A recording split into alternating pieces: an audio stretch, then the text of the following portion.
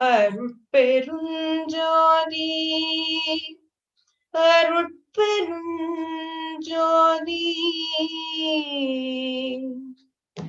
தனிப்பெரும் கருணை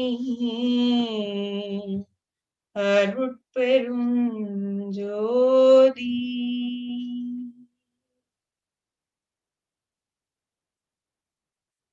எல்லா உயிர்களும் இன்புற்று வாழ்க,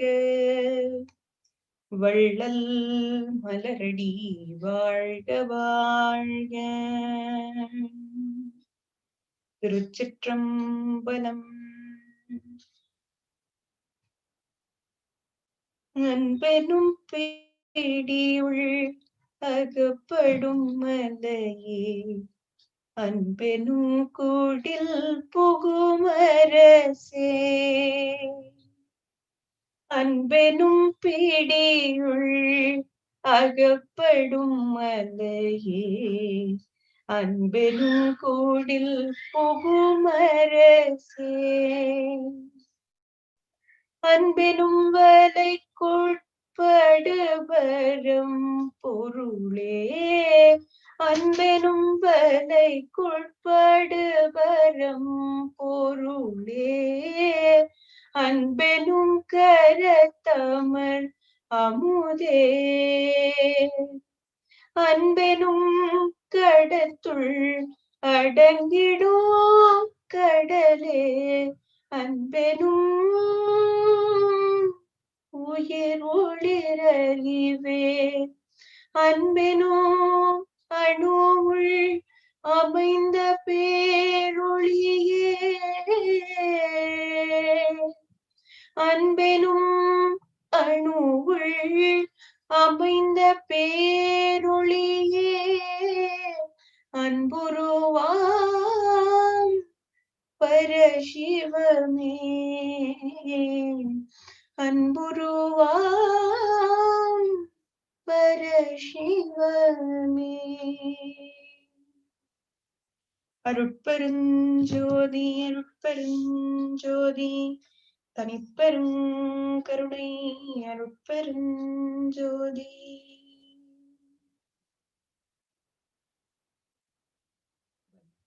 That was a beautiful verse from Thiruvaruppa. As you all may know, Thiruvaruppa is a wonderful composition of Saint Ramalingadi, Saint Vallalar. It is a collection of about more than 6,000 verses. Most of them speaks about Vallal Peruman's or Vallalar's experience. All the knowledge that he would like to transfer, that he would like to share to the human community. And many such wonderful verses could be seen in Thiruvaruppa. It is one of the most appreciated divine work, divine literature in Tamil Nadu. So this song means, my Lord, thou art the great Himalayan that is yet within the grasp of hand of love. Here, thou art is old biblical form saying you are, okay? So, my Lord, thou art the great Himalaya that is yet within the grasp of hand of love. Thou art the mighty monarch that yet abides, I, the humblest heart of love. Thou art the all in all that stays yet entangled in the net of love. Thou art the deathless Amrita that yet lies at the ease in the palm of love. Thou art the encompassing sea that is still contained in the picture of love. Thou art the persuasive intelligence that is yet secured within the life of love. Thou art the glorious effulgence that is yet imprisoned within the atom of love. Oh, thou art the transcendent God that is love and love alone. Such a beautiful song, right? God is in the form of love. Warm greetings to one and all present here. Thanks to Almighty for giving me such a wonderful opportunity. And a special thanks to to the team of Sir for inviting me here. Society of Immortality Research. The immortality research cannot be complete if we don't study or learn or understand about Saint Valala. Because as you all have been attending this knowledge sharing series from past three, I mean, in the beginning, ma'am told that this is the third series. So third one in the series. So you might have a good idea, fair idea about who Vallalar is and what Sanmargam is and all of this and all of this.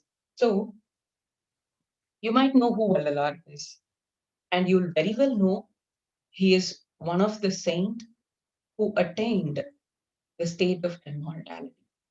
And he's the first saint in the history to reveal the path that he realized to attain immortality to the world, which was till then an inexplicable mystery. It was not explained. It was maintained as a secret. He was the first person. He was the first great guru who revealed the secret to the mankind, and that too in a way that could be understood even by a layman. However, most of the siddhas tried conveying this truth via their verses, but that was all incomprehensible. That was not that clear, or it was not that easy for a layman to understand. So our great guru, Saint Vallalar, stands the first in revealing the secret to the mankind. The ultimate evolution a man can attain is immortality. Vallalar has elaborated deathless life in detail in one of his works called Jivakarunya Virukam. In fact, he starts this book with this statement. He says, ஜீவகாருண்ய ஒழுக்கமே கடவுள் வழிபாடு. உலகத்தில் மனித பிறப்பை பெற்றுக் கொண்டவர்கள் இந்த பிறப்பினால் அடையத்தக்க ஆன்ம லாபத்தை காலமுள்ள போதே அறிந்து அடைய வேண்டும். He starts saying, ஜீவகாருண்ய ஒழுக்கமே கடவுள் வழிபாடு. It will shortly come to this line. Followed by this, we have உலகத்தில் மனித பிறப்பை பெற்றுக் கொண்டவர்கள் இந்த பிறப்பினால் அடையத்தக்க ஆன்ம லாபத்தை காலம் உள்ள போதே அறிந்து அடைய வேண்டும். Those who are born as human beings in the world must understand and obtain the benefit of the soul that is attainable in this birth within the available time span. So, all of us here are on a mission. I would say it a mission. I would call it a mission. Okay. So are here on a mission. And what is the mission? It is to achieve the deathlessness, the deathless life. Just like any real-time mission, this also has a timeline. That is why Vallalar says, Kalam ulla bude. There is a timeline. And what is the timeline? Now, we shouldn't be considering it as death. Death is the timeline. No, it is not so. It is different. It means while you have a hale and hearty, while you are still hale and hearty, while you still have a sound body and a sound mind, because this death in order to achieve a deathless life, you need a strong desire, you need a dedicated practice. This has been a mission impossible for us, and that is why we are being born again and again. We're still into this recurring process of birth and death. So, in order to achieve that, we need a strong desire. We need a dedicated practice. And for that, our the support of our physical body is very much required. That is the reason he says Kalam ulla pode. So while you're hale and hearty, please start trying towards it. Please start um, working on your mission.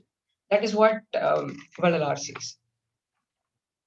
Now coming back to the first line, ஜீவகாருண்ய ஒழுக்கமே கடவுள் வழிபாடு. The act of practicing compassion towards all living beings is alone the act of worshipping God. So he clearly, confidently says that deathlessness or the state of immortality can be attained only by God's grace. And how do we obtain this God's grace? And that is possible only by leading a life of compassion. And the compassion towards all living beings. Without compassion, uh, whatever you try for, whatever you try, yoga, meditation, the so-called dhyana, any kind of dharmic rituals, whatever it could be, nothing will support you, nothing will help you. It will all be simply a waste of time. Because any action performed without compassion will really not help you obtain the grace of God.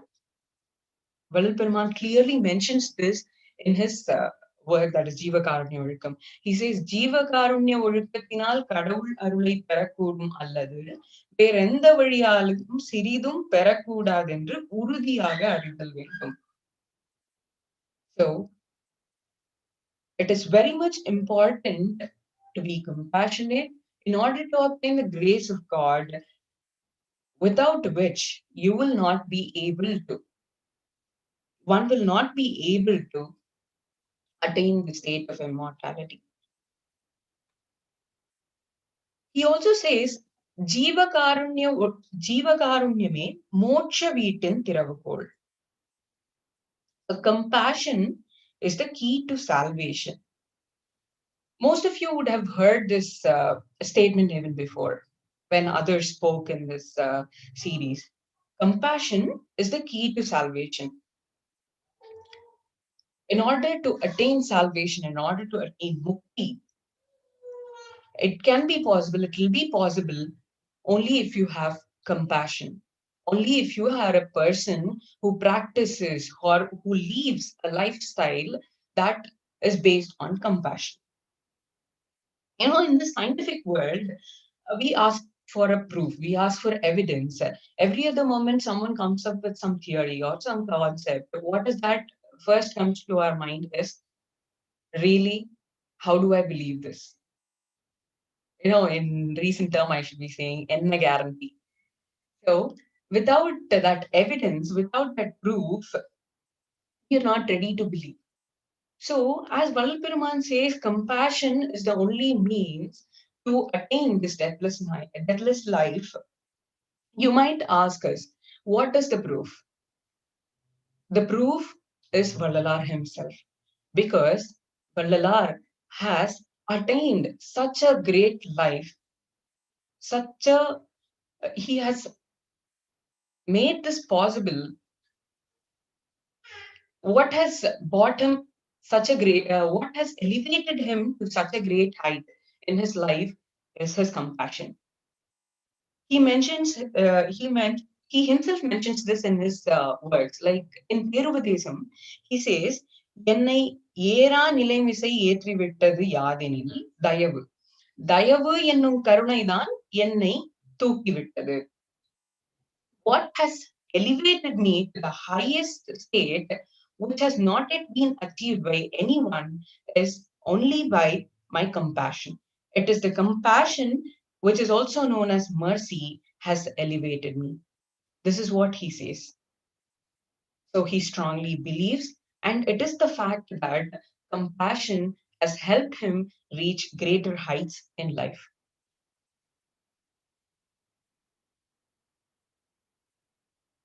So Vallal Peruman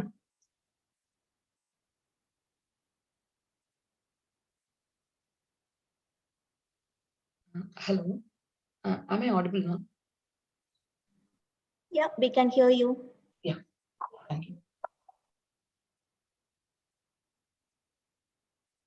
So, talking about Siddha Sanmarkam, Samarasa Siddha Sanmarkam is truly a lifestyle that centers compassion. The main principles of Samarasa Siddha Sanmarkam are love and compassion. In the very beginning of this session, we heard the song where the true love could how the true love could transcend God, how the true love would bring God to us. God is in the form of true love. So, this love and compassion are the main principles of Samarasa Siddha Sanmarka. Vallalar in Tiruvarappa has stated what God has revealed him. Is what God has revealed him. What he says, what God has revealed him is கருணையும் சிவமும் பொருளென காணும் காட்சியும் பெறுக. Have the vision wherein compassion and God are synonymous. We can actually say it like this: God and compassion are not two different things. God and compassion are one and the same.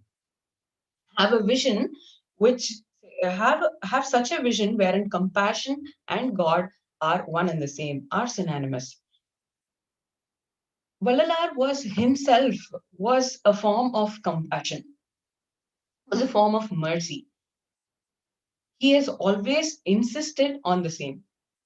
Samarasa Sutta Sanmarkam is not a religion, is not a caste. It's neither a religion nor a caste. It is actually a lifestyle.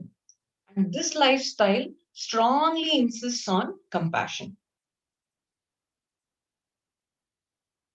It paves way for us to obtain God's grace.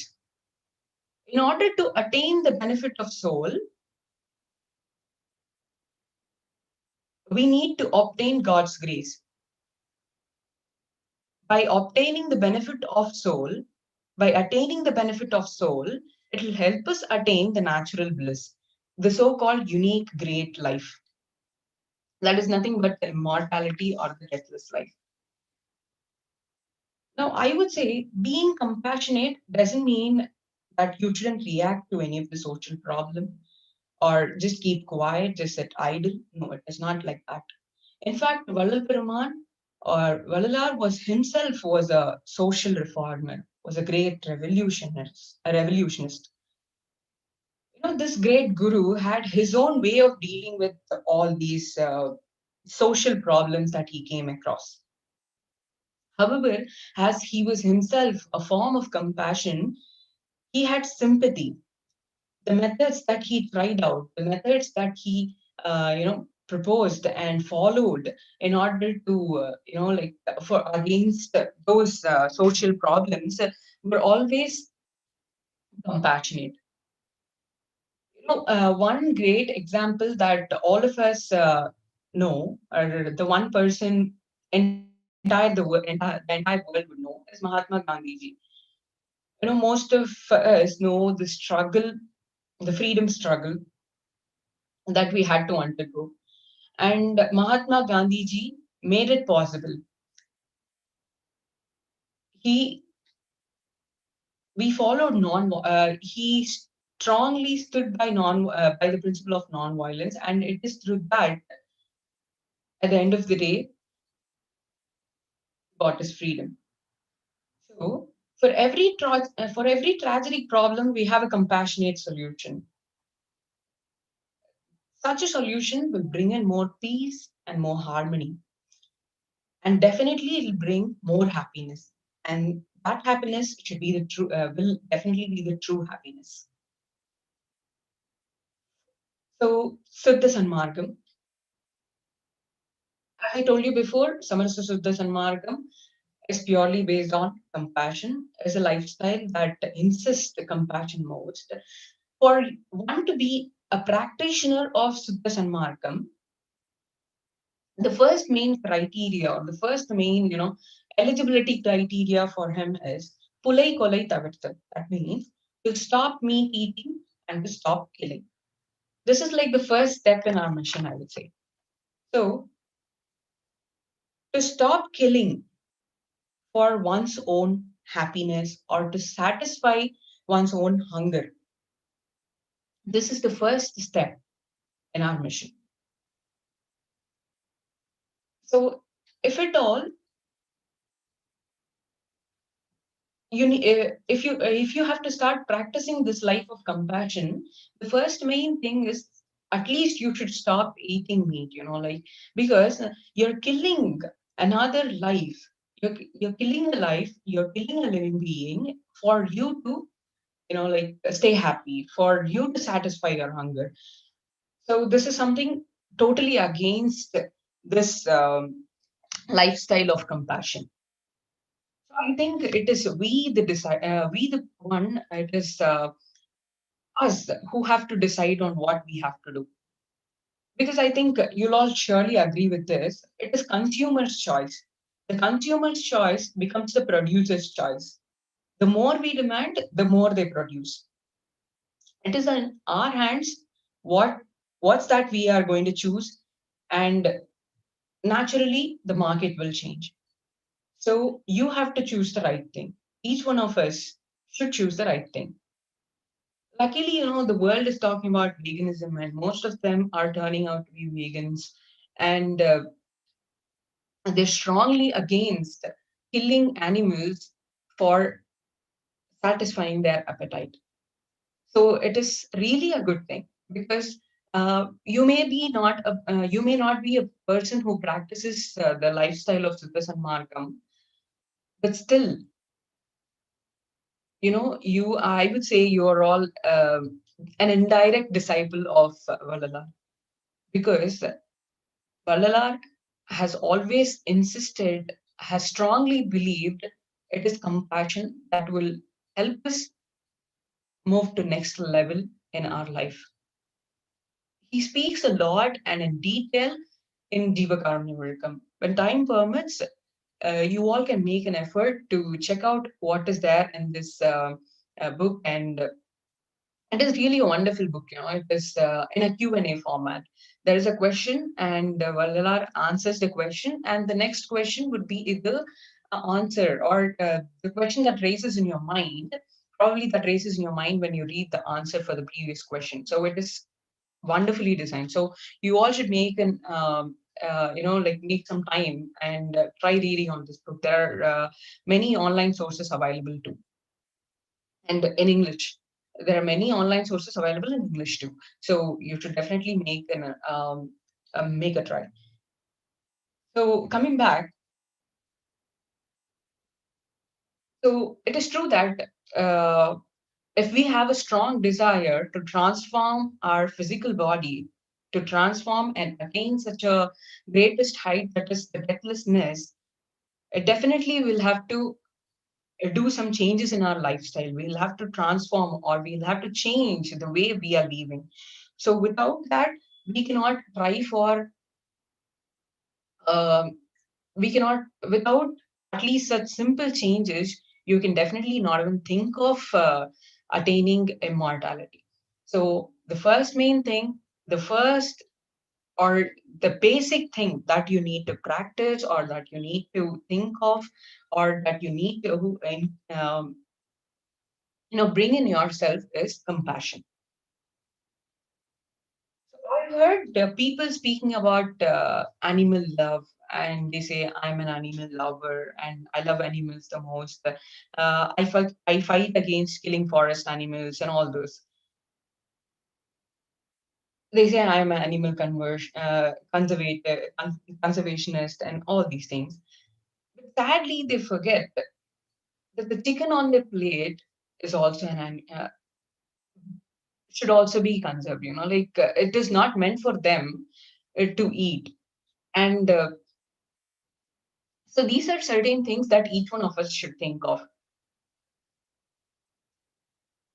As a first main criteria, as a first main point, Vallalar insists on on to stop eating meat or to stop meat eating.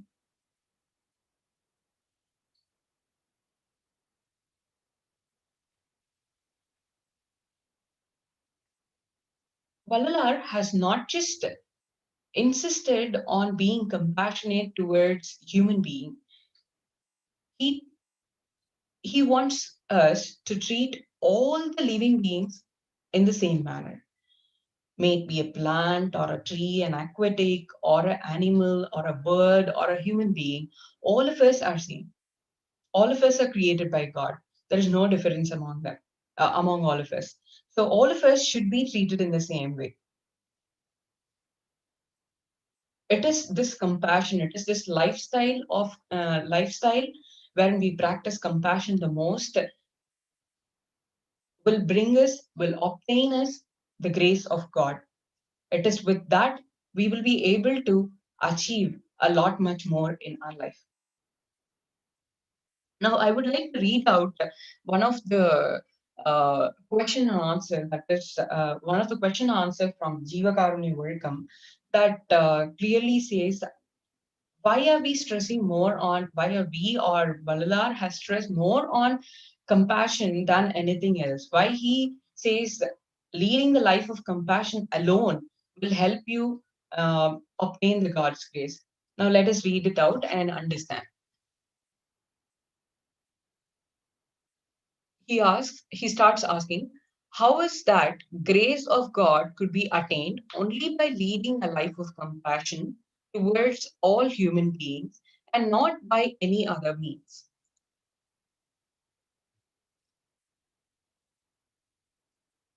Grace is the mercy of God, and God is its natural manifestation. The compassion shown to fellow human beings means the sympathy of human beings, and the human beings are the natural manifestation of the soul. It is therefore possible to obtain the mercy of God by virtue of displaying the sympathy to human beings, and the manifestation through the manifestation, and the manifestation through the manifestation. Since this is the experience and certainty that the grace of God could be obtained by any other means, but only by being compassionate to all human beings, it must be known that no other proof is required in this regard. As leading a compassionate life is the only way to obtain the grace, it is to be known that true spiritual path and the supreme virtuous path, Jnana Margam and Sanmargam, means the life full of compassion to all human beings. And the untrue path and the sinful path is the life without compassion towards fellow human beings.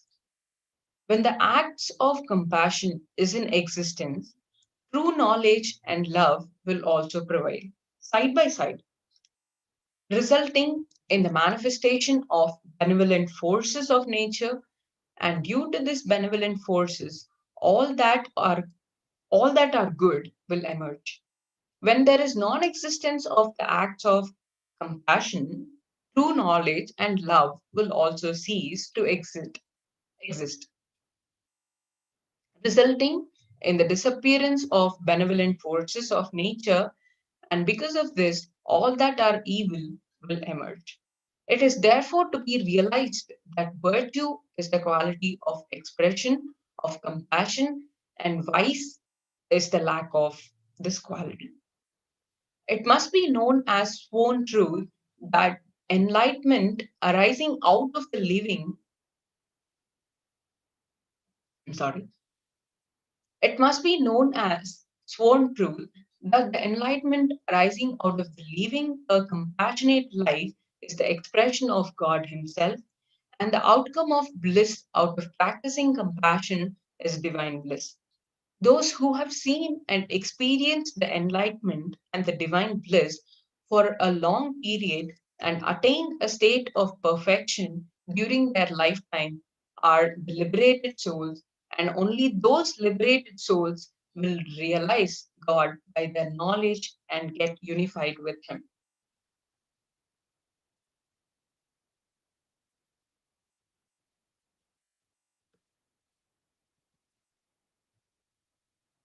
So Vallar says, grace is nothing but the mercy of God. Compassion that we show towards other living beings is nothing but the sympathy of human being. So he clearly says to obtain the mercy of God, that is the grace, it is possible only by practicing this lifestyle where only by showing sympathy to human beings. Mercy of To obtain mercy of God, we need to show sympathy to human beings. He also says a life of compassion, a life full of compassion to human beings is Sanmargam. So, what Sanmargam means is to practice a lifestyle that is full of compassion to all human beings. So, without compassion, if there is any method or if there is any um, path that is suggested for you to attain the greatest height, the greatest, the unique, great life, then that is not the right path. It is simply a sinful path because compassion compassion is the bottom line. It is the base. It is the first main thing that you'll have that one should practice in life. So by being compassionate, one will start experiencing the true knowledge and the love. And not just that, the force of God, the goodwill will also be with them, and they will be able to do a lot of good things. In simple words, God will always be by them. At the end of that, at the end of the previous question that we discussed, Valal Peruman clearly mentioned enlightenment arising out of living a compassionate life is the expression of God Himself. Outcome of bliss out of practicing compassion is divine life. Uh, Is divine life, is divine bliss. So, this clearly helps us understand how important compassion is and what it means to live a life of compassion. Vallalar in this book, Jivakarnyogam, mentions about 7 types of sufferings that each human can undergo. Each human can suffer of. It could be either hunger or thirst, disease. It could be due to desire, due to poverty, due to fear, or agony of getting killed by someone. So, any suffering that a man undergoes, any struggle that a man undergoes, will fall into one of these categories. So, what is that? We, being the practitioners of compassionate lifestyle, should do is that helps us people who are suffering, who are undergoing such difficulties. Whenever you come across a person who's hungry, you know, you know, provide him some food. If you can afford a meal, that should be great. If not, at least share what you have. A portion of that will also be will also be helpful to him. When you come across a person who is thirsty, help him quench his thirst. When you're capable of doing all these, please do it. That is what Vallar aims to do. That is what Vallar like wants us to do. Whenever you buy clothes, whenever you buy sweets, or whenever you buy books for your children, whenever you buy sweets for festivals at your home, do buy it for some poor person whom you see around your roads, or somebody who is around. When it is a celebration mode in your house, when it is a celebration time at your home, do share, like do provide food for people around who are staying by the roadside, who are suffering, who are not even able to have food, proper food at least once in a day, able to have proper meal at least once in a day. So try helping them out. That is what that is what being compassion means.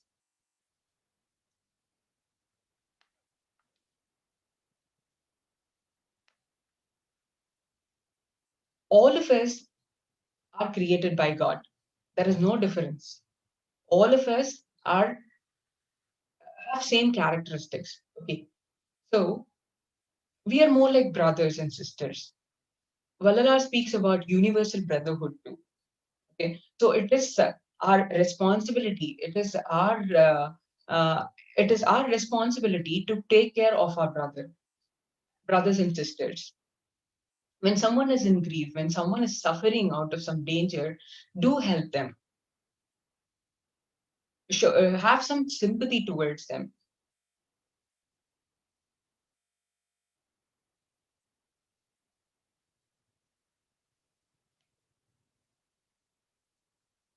Having such sympathy will not just help those people who are suffering, will in turn help you, will in turn help you obtain the grace of God. So now we can let us think in the other way. What will happen if we do not practice this lifestyle of compassion? What will happen if we act without compassion? What will happen if we are being stone-hearted?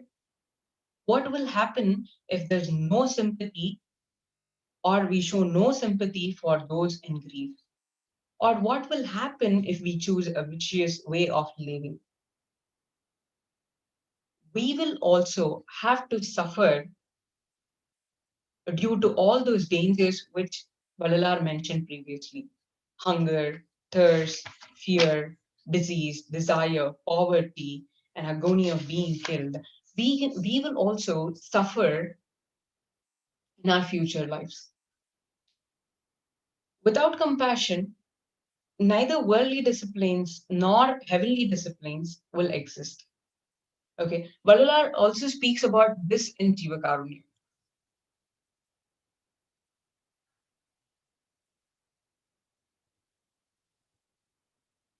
He says, when human beings do not display compassion to the human beings, true knowledge and love will disappear. When they do not exist, the feeling of spiritual oneness and benevolent attitude will cease to exist. And due to the non existence of these human qualities, the discipline of the weaker human beings will be obstructed and destroyed by the envy of the stronger human beings.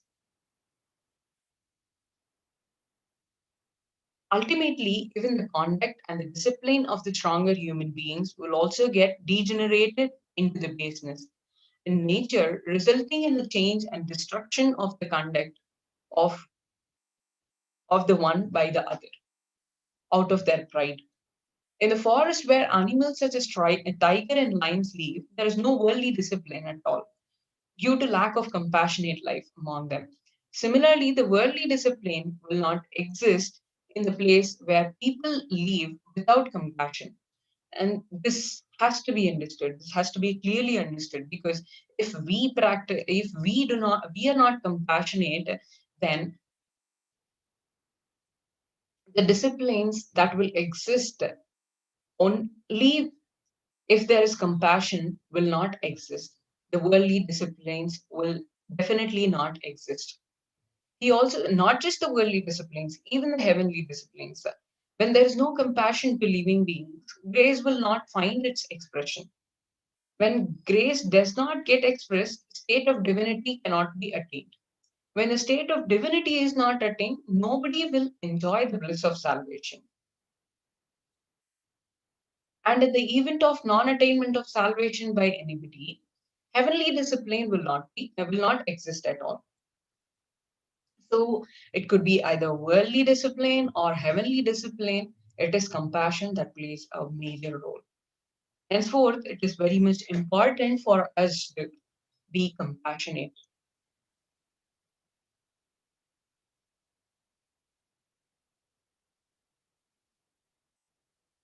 In this entire book, Jiva Karunyamrikam, Vallalar speaks mostly about being compassionate to your fellow human beings.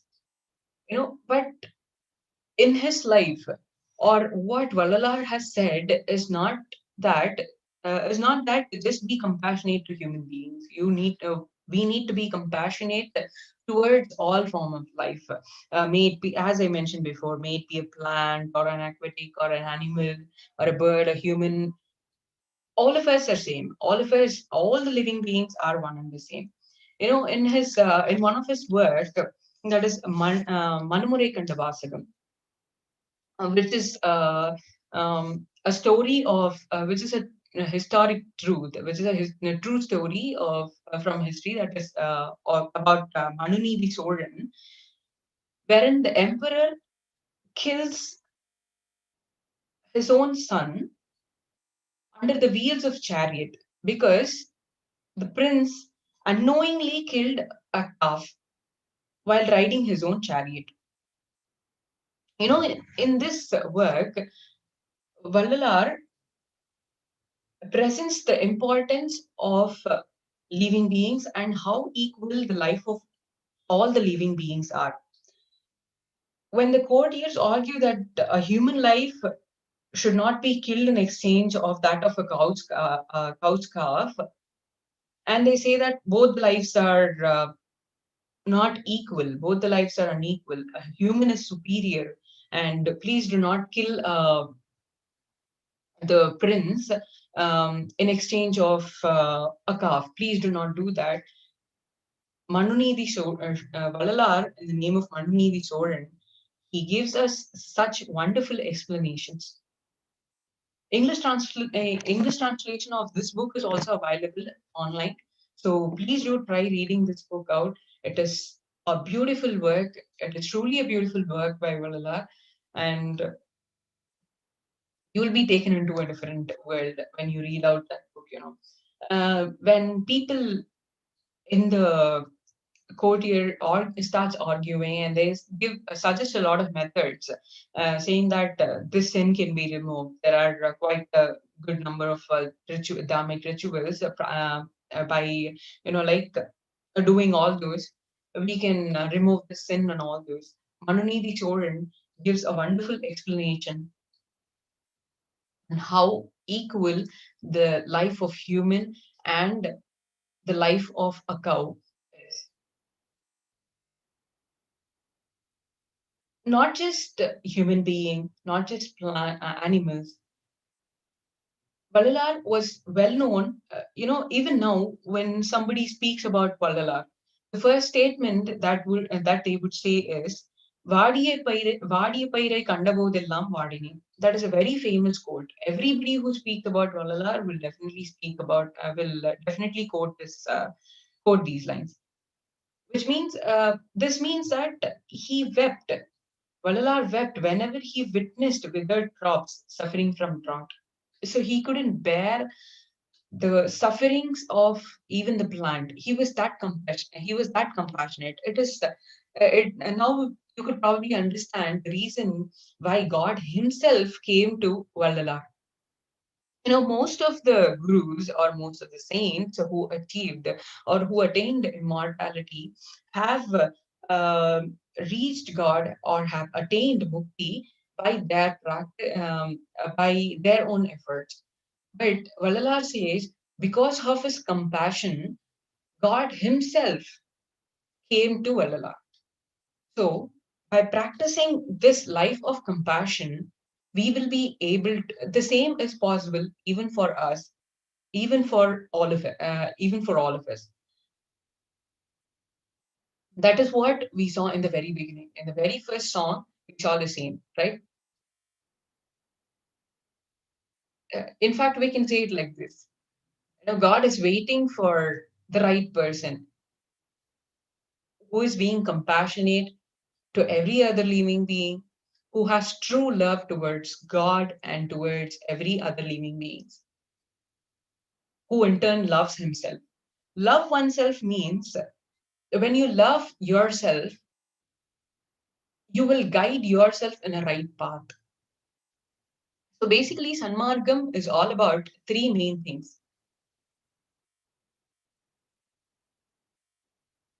I'll first say it in Tamil. தன்னளவில் ஒழுக்கம், பிறரிடத்தில் கருணை, இறைவனிடத்தில் பக்தி. So all these three are different forms of love. That's it. When you love yourself, you'll guide yourself in a right path. You will try to become more disciplined, and that is what is required.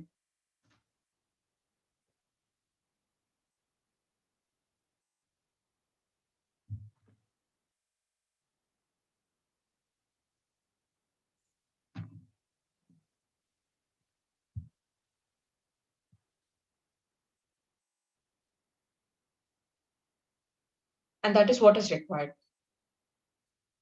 The next thing is பிறரிடத்தில் கருணை. Apart from you, all the other living beings are same, are just like you. So express love, and show your compassion, sympathy towards them.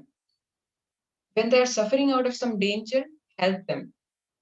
If at all you cannot help them, at least pray for them.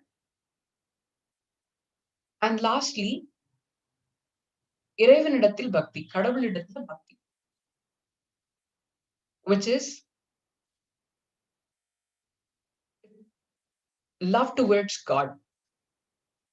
So these are the different forms of love and compassion that we need to practice. That is what Samarasa Suttas and Markham speaks all about. I think we have understood, now we have a fair idea of what Vallalar has spoken about compassion. As I already mentioned, Vallalar is a form of compassion. So it could take, we can speak the whole day on this topic, compassion, on what Vallalar has told about compassion. Before winding up this session, lastly, we will understand. I'll just read out one important question and answer from this book, Jiva Karunya Varkam, which will answer most of the questions or most of the queries that are raising within ourselves. What is the important objective of practicing compassion towards human being? The souls are the part of the natural truth. They are also the rightful place for the coexistence of grace, which is the manifestation of nature in the form of knowledge, and for the souls to become human beings and multiply. The bodies made of elements are the prerequisites. In case the souls do not become human beings in the bodies and get multiplied, the manifestation of souls will be concealed. And because of this concealment, the grace will not manifest, and this kind of circumstances will lead to a state of non existence of knowledge. And this situation will keep the souls in bondage. It is therefore absolutely necessary to have bodies made of elements, as the primary cause for the bodies made of elements is Maya. The Maya, because of the various illusory effects such as hunger, thirst, disease, desire, poverty, fear, and agony of getting killed, the bodies will be endangered frequently.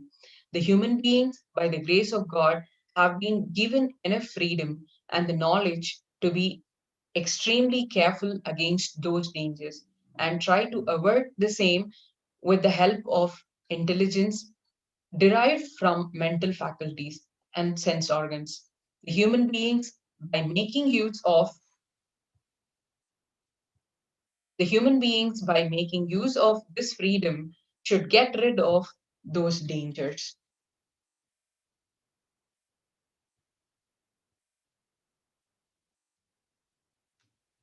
The human beings, by making use of this freedom, should get rid of those dangers to their bodies and make efforts to obtain the spiritual benefit. In the case of human beings who suffer because of their inability to safeguard themselves against the danger caused by hunger, thirst, disease, desire, poverty, fear, and the pain of getting killed due to the role of destiny or carelessness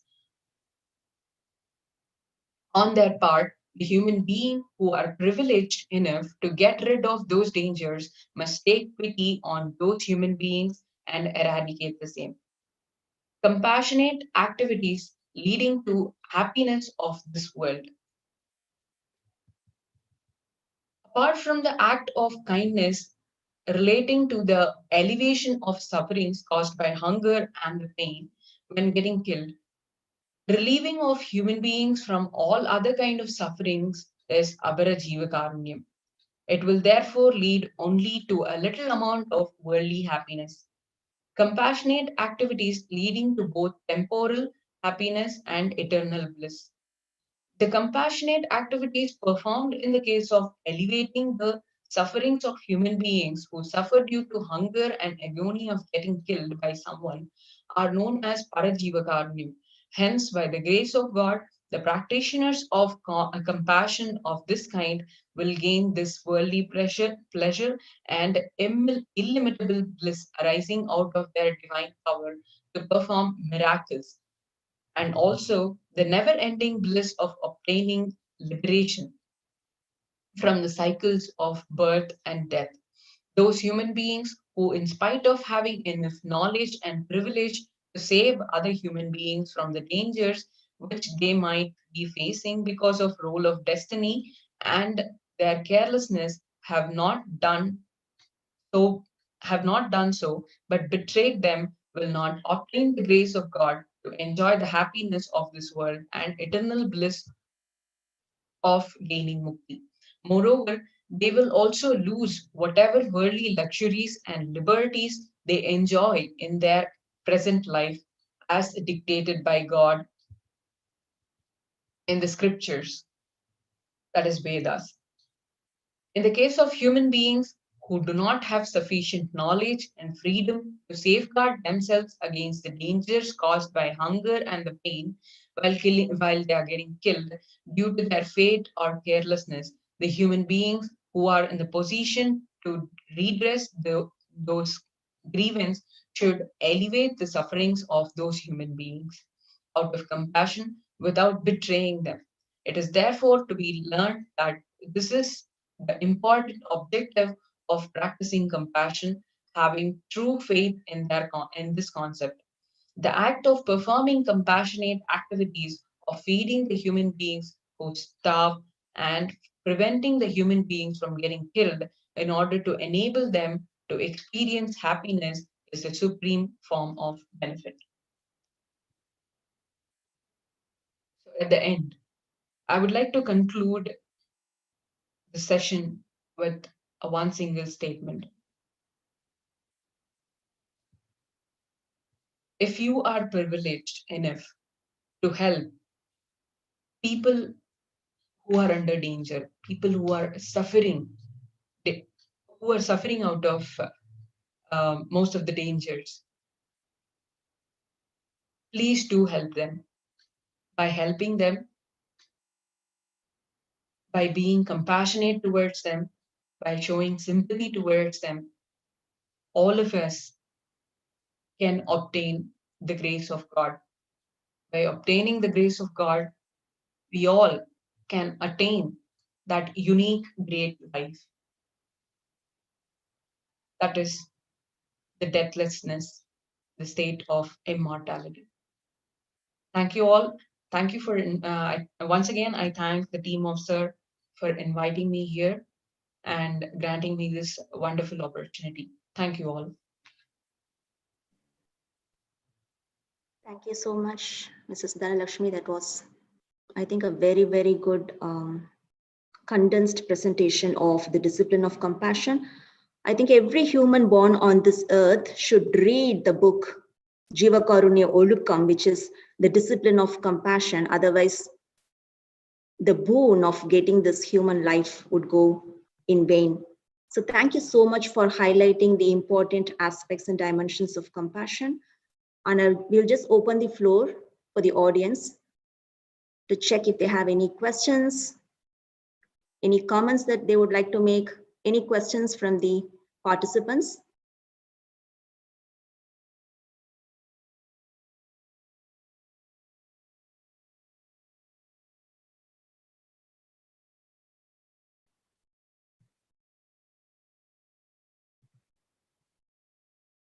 Okay, looks like there are no questions.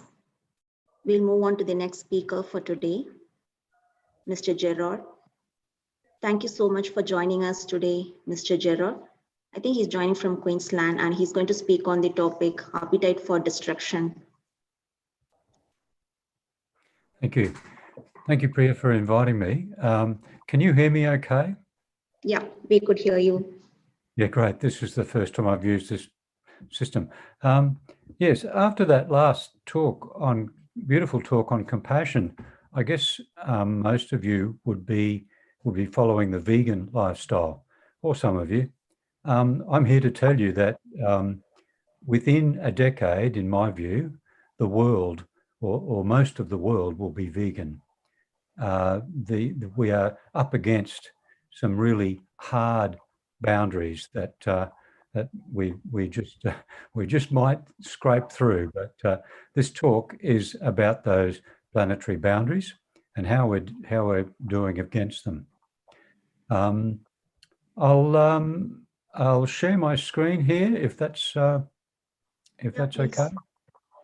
I'll go through the PowerPoint. Yeah.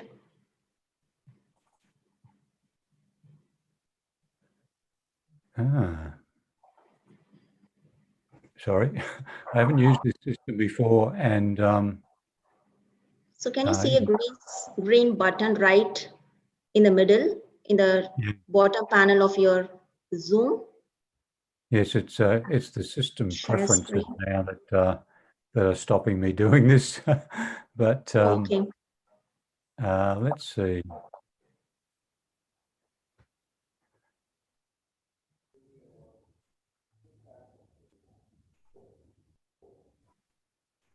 Okay, I think I might have that. Let's see if I can share the screen again.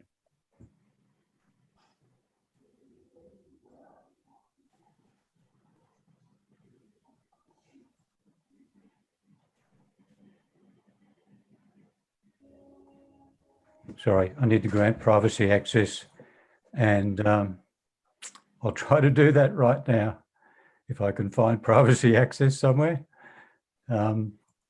Yeah, this is the first time I've used this. So, allow the apps below to contact your screen even while using other apps. Click the lock to make changes. Priya, you might be giving him a co-host access so that he can share. It might be the case. I'm not sure. Here we go. Try now, Gerald. You would be able to do it now. Okay, look, I have to quit Zoom and reopen, so hopefully that won't be long. It's told me I have to leave before I can do that.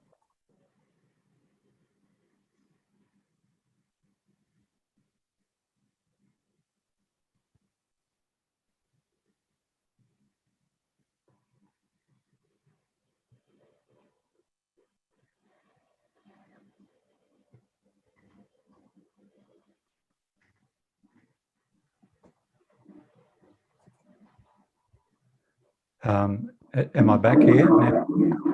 Yep. Great. I apologise for that delay. I'll now see if I can share the screen without any dramas, and it looks like I can. So hopefully you can see this screen in front of me here. Yes. And I'll play this. What I'll do is, I think we've got about 50-something minutes left. What I'll do is I'll try and get through the talk in about half that time so that we leave half that time for questions. You'll probably have lots if going by past reactions, so I'll start.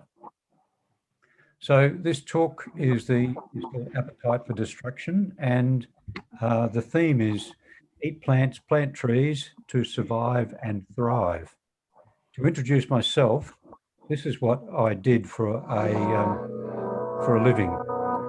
I work with Queensland Government with a group of remote sensing scientists who were monitoring deforestation in the state. Now, deforestation in Queensland is just ridiculous. It's off the scale. These trees here are 20 to 30 metre trees, so some of them almost 100 foot tall, and they have a chain between two of the biggest bulldozers they can get, and they literally rip the trees out of the ground, including any wildlife that happens to call those trees home. So this is open woodland. The average forest in Queensland that's cleared is about that or a little more dense. So in Queensland alone, we are clearing land at the rate of 10 square kilometres a day, 11 actually. 90-something% of that is for beef and sheep production. So if you can imagine, a new suburb might be 2 kilometres wide and 5 kilometres long. That suburb is being cleared every day for beef, mostly, and some sheep. So my talk today is about the environmental destruction we're doing to the planet, how is it affecting us, and how are we going against our boundaries. Okay, WWF puts out a report every year that tells us that now we are consuming more than the planet can sustain. The average Western consumption is about 5 times what the planet can sustain. That means we're spending up on this credit card without the hope of repaying it. We just do not have the biological capacity of the Earth to support our consumption. And of course, people don't want to hear that. Newspapers, the media, they dumb down these messages, knowing that people switch off when they hear bad news stories. However, this is a good news story because simply by changing the global diet, we can change those things that are impacting our planet most. And I'll tell you how.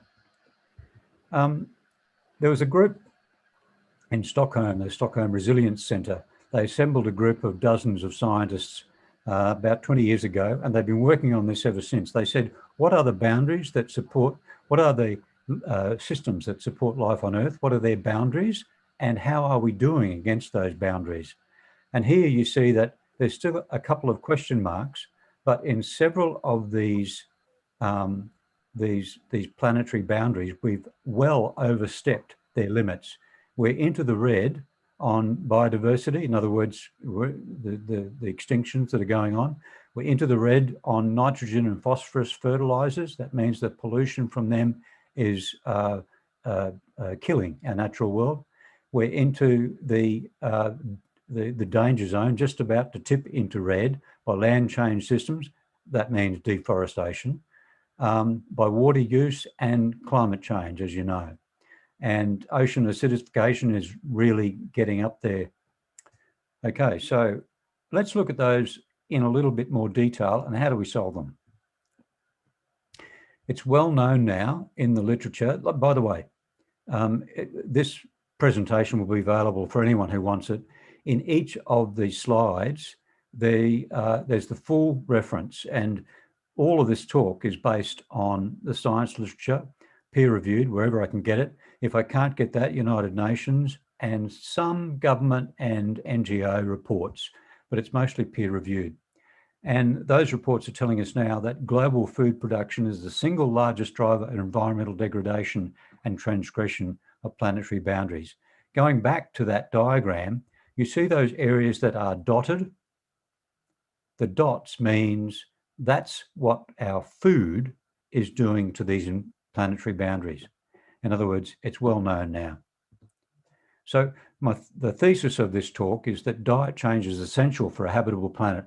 I think in about 10 years or we're done. It's no longer a matter of personal preference. So let's look at how we use our planet. This is a land use diagram that comes from the latest IPCC report. And you see on the top right-hand side, on the left-hand side, you have the land use of the planet. On the top right of that, you have outlined in green the area that we use for crops to feed humans.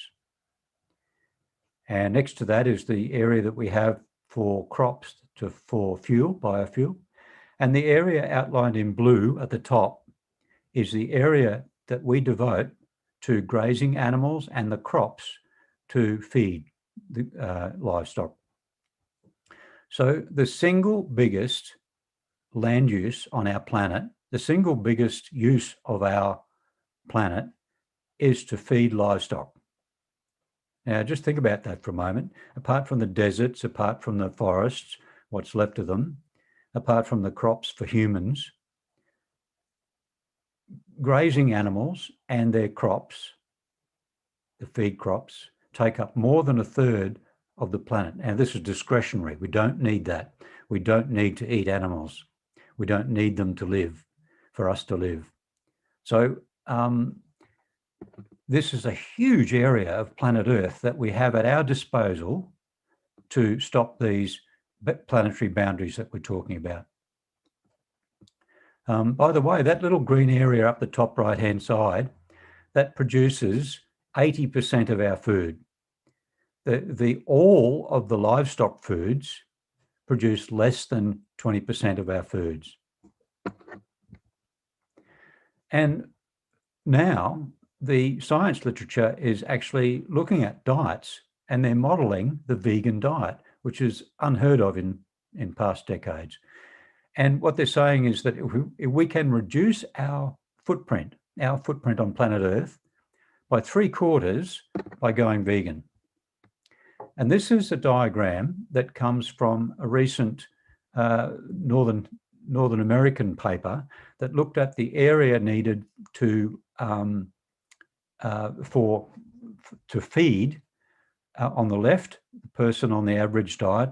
Next to that, the so-called healthy diet, low fat, low sugar, and then going down meat consumption from 100% to 20%, and then ovo, lacto, vegetarian, and then in the right-hand side, we have vegan. So we can see that if you are vegan, you take up about 1/10 in North America, 1/10 of the area that the average North American does. Okay, let's look at deforestation quickly. This is where I cut my teeth. We're destroying huge areas of mostly tropical forest every year. We've only got 15% of our forests that are still mostly unaffected. We are likely to hit a planetary boundary by 2025 to 2035. Now, this is amazing. This is ridiculous. If you think about that, within the next decade, we are headed for environmental collapse. Once we hit the planetary boundary, it's environmental collapse. There are papers now that are talking about the lungs of the planet, the Brazilian rainforest, returning to savanna, open savanna, when the rain goes, and that could be hit when 20% of the forest is taken out, or some are saying 50%, but we've already taken out 18% of it, so we're very close. Why is this happening? Well, South America is the global hotspot. 84% is for animal grazing and their feed. Most of the feed is soy and corn. It's exported, and China and Europe are the big markets for that. Indonesia, which is sitting as number 2 as the world for deforestation, everyone says it's for palm oil. Okay, but there's been one single study. It's hard to get Indonesia because it's always covered with cloud, so the satellite remote sensing is very difficult. But we see that 20% of the Indonesian deforestation is for grazing animals, which is almost as much as for palm oil. And of course, the other is slash and burn, so that's a lot of that is grazing animals as well. So there we see that grazing and animal feed is a big cause in Indonesia as well. So here I'm telling you that logging does not kill forests. If you were to log a forest and leave it alone, it would be forest again within 10, 20, 30 years. Food kills forests. And this is how it's done. These are two 10-day sequences of NASA fire maps, and you can see that the world is burning. Those areas that are used for animal production are burning. We kill off the dead grass each year. When we deforest for grazing land, we burn it and burn it again and burn it again just to stop the trees growing back. And that's the only way to convert it from a forest to grazing land.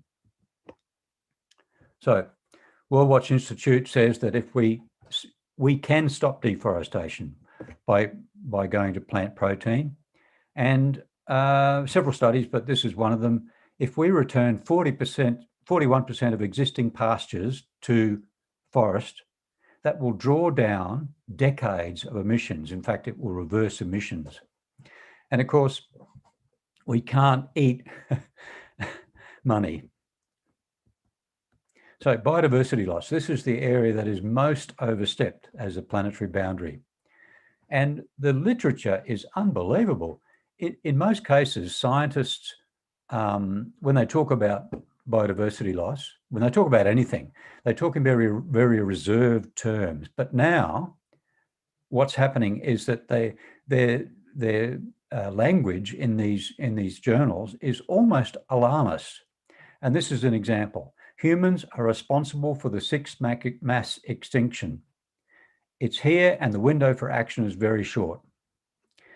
There have been mass extinctions before, as you know, and most of the animals have been wiped out several times. This is the biodiversity loss globally, from very high in green to very low, biodiversity that's remaining. So those red areas, and if you look at Australia and many areas of the world, we're doing very poorly. The United Nations has set a number of conventions on biological diversity, and none of them have been met.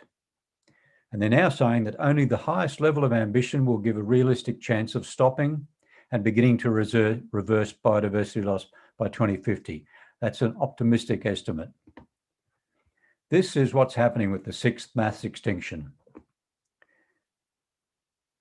If you look at the top left blue diagram, the mammals on the planet now, the wild animals from mice up to elephants, add them together and their body weight together, you'll see that they represent now just 4% of mammals in the world.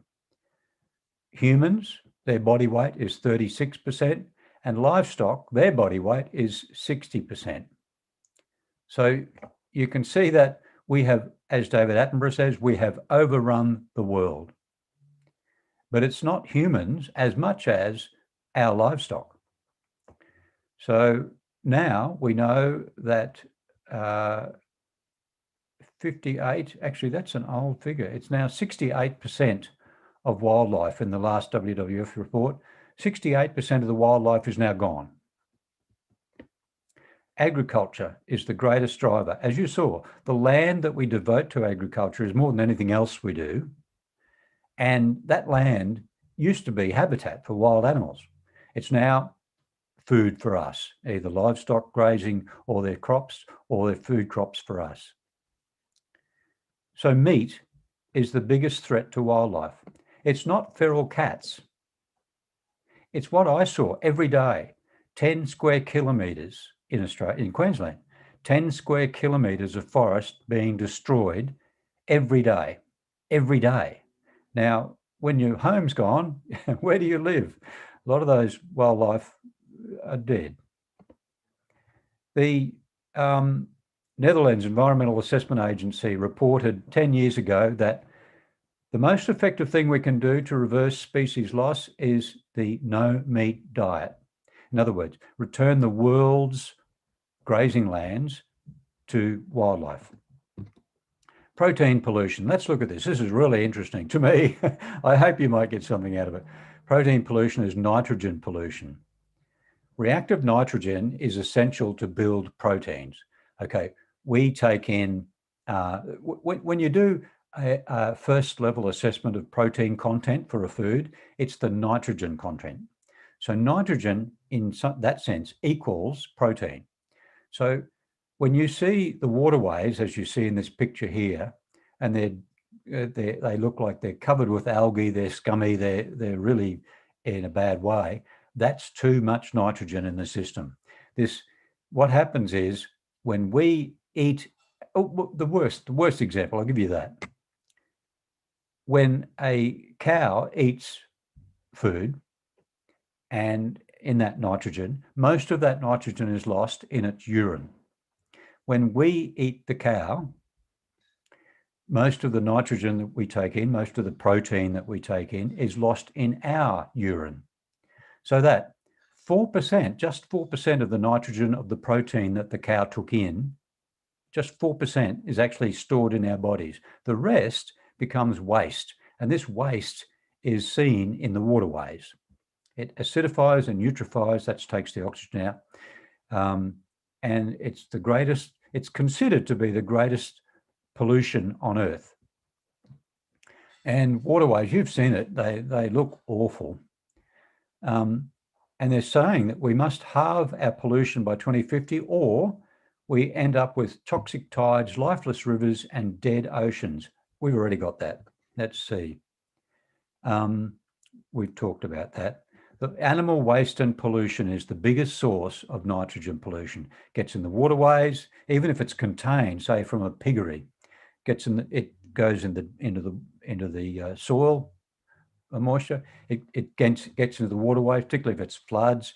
It gets into the rivers and it goes out to the ocean. And we now have 300 to 400 ocean dead zones, permanent dead zones from nitrogen pollution. The Gulf of Mexico is a classic example of this. This is a map of global dead zones in red, the red spots, and global hypoxia, the lack of oxygen in the open ocean now. So the oceans are even suffering very badly. What happens is that the nitrogen gets out to sea, the algae love it, they have an algal bloom, they explode in numbers, and then they rise to the top and then die, and when they sink to the bottom, they strip the oxygen from the water. That's how it happens. And in the past, this ocean hypoxia has been linked to mass extinctions. The way to get out of it, we need to halve at least the meat we take in, meat and dairy. Land degradation, this should come as no surprise. 60% of land is now degraded, and within that, 25% is highly degraded. This is an example on grazing country of soil loss. Each year, we lose 20,000 square kilometres. We've now abandoned 4 million square kilometres of cropland.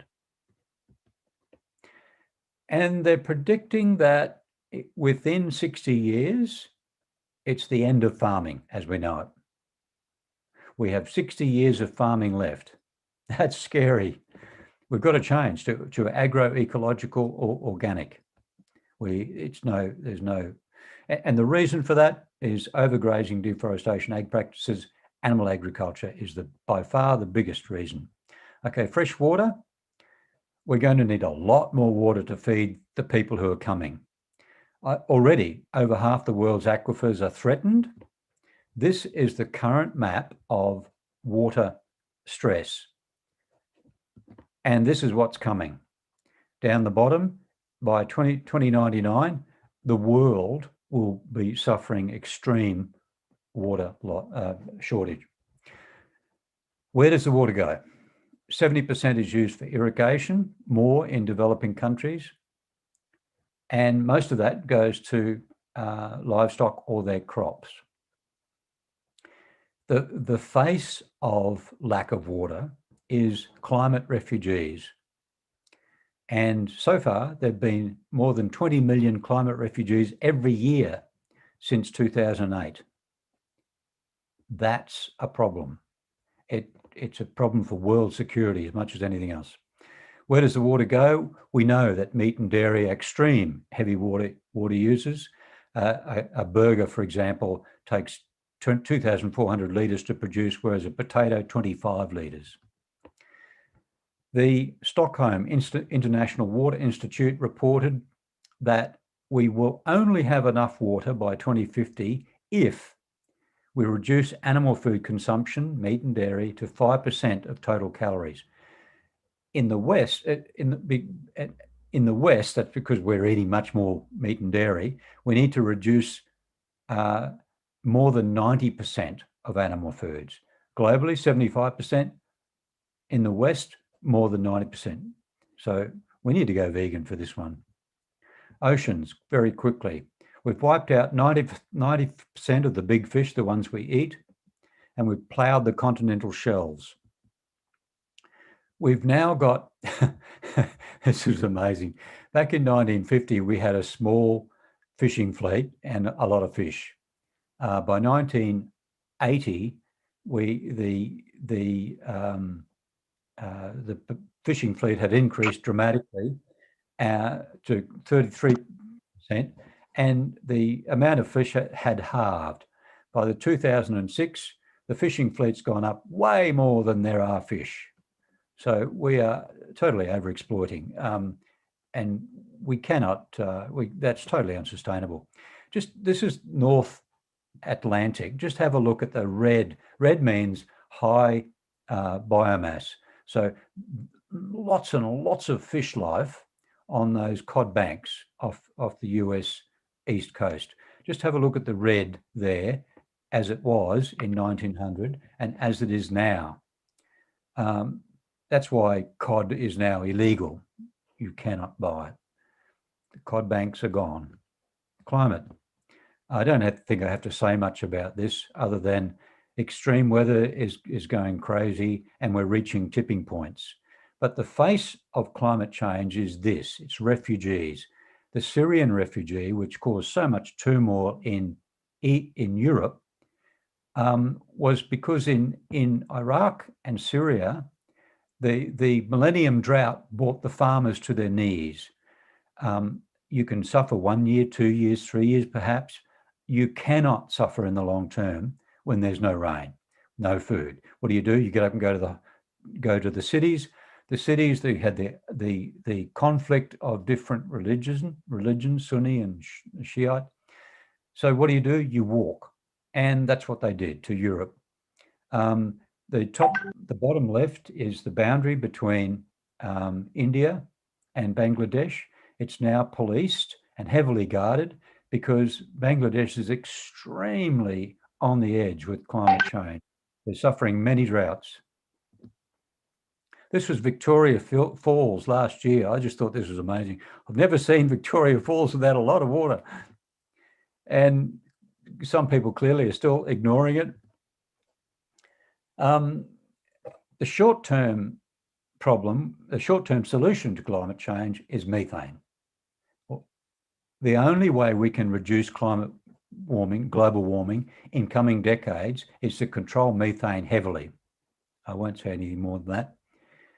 But the other thing, the long-term solution is by diet.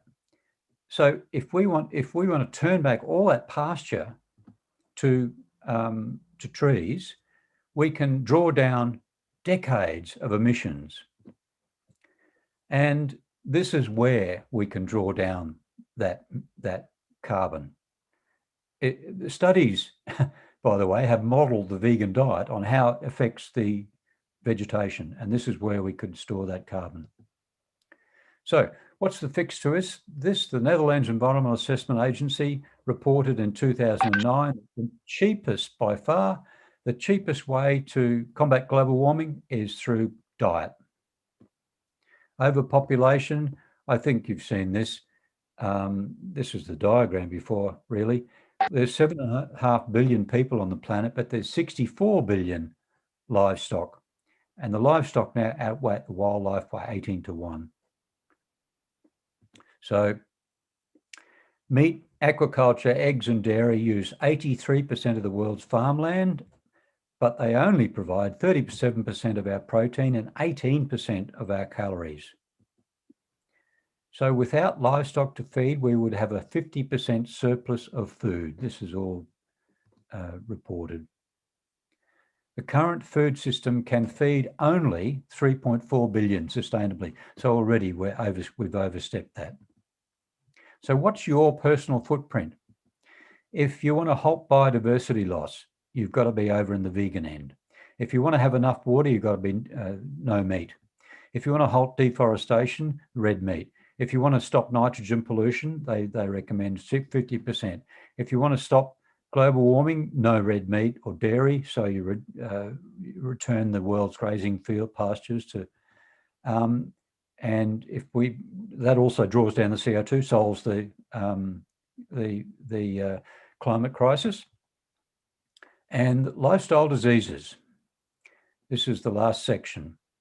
Today, there are about 4,000 Australians, over 100. By mid-century, that will be 700,000.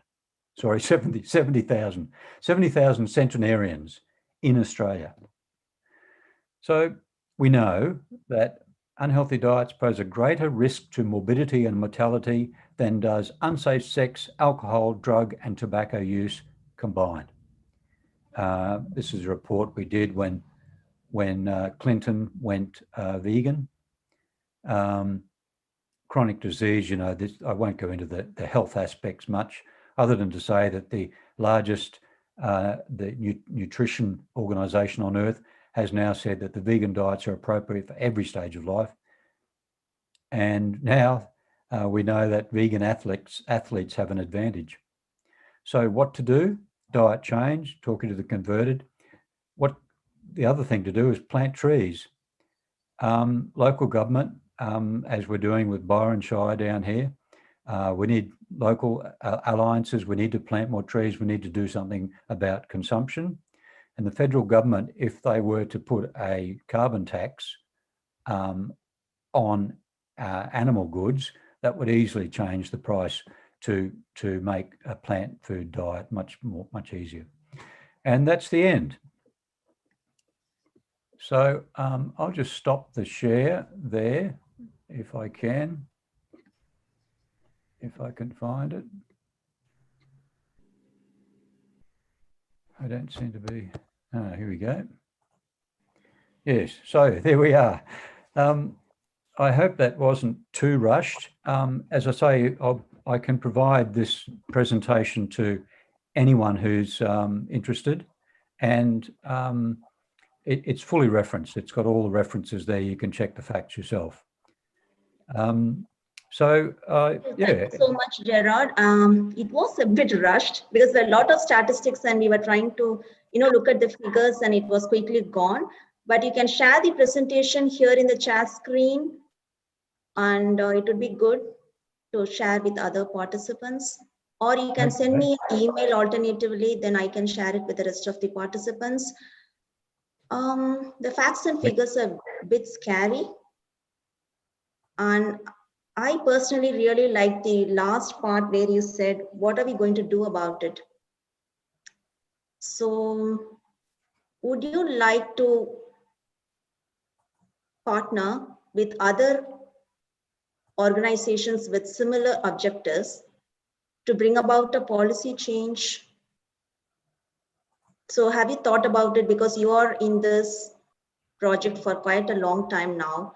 So how do we stop this animal farming? It's one of the It seems that I can't share the presentation, at least in the system. I don't know enough, but I can't share it in the chat. But I'm happy to send it to you, Priya, and then you can pass it on. Yeah. And as far as what we're doing about this, there's a group, or I personally work with a number of non-government organisations. The World Preservation Foundation is one. We're producing a documentary, some people I know are producing a documentary called Eating Our Way to Extinction, and that's due out early next year. I've written a book that accompanies that documentary, and that will be hard-hitting, we expect. But there are avenues as well. There's a group called Climate Healers. Climate Healers is a group of people who who've started by an amazing guy by the name of Sailesh Rao, who was one of the early internet pioneers. He's written a number of books, including Climate Healers is our partner, Gerard, if you're not aware.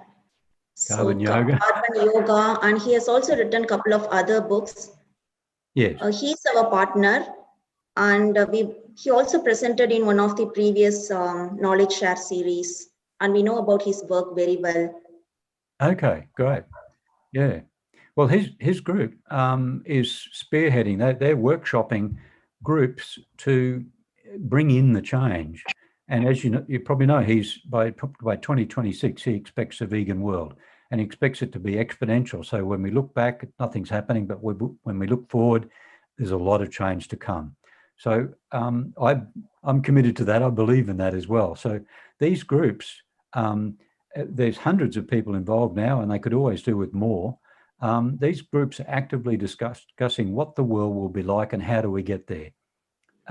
So they're workshopping different things, including new economies, including the new way of governance, including the science. I'm involved with that part of it. I'll be putting up a few short videos explaining why Sailesh Rao's work on climate, as he reckons 87% of climate is caused by animal agriculture.